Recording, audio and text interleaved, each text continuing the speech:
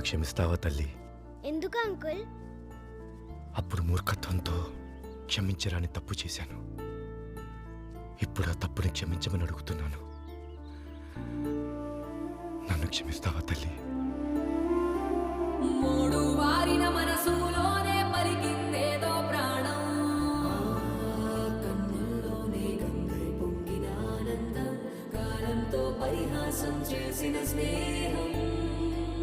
భక్తులు దాటి హస్సులు దాటి జగములు దాటి యుగములు దాటి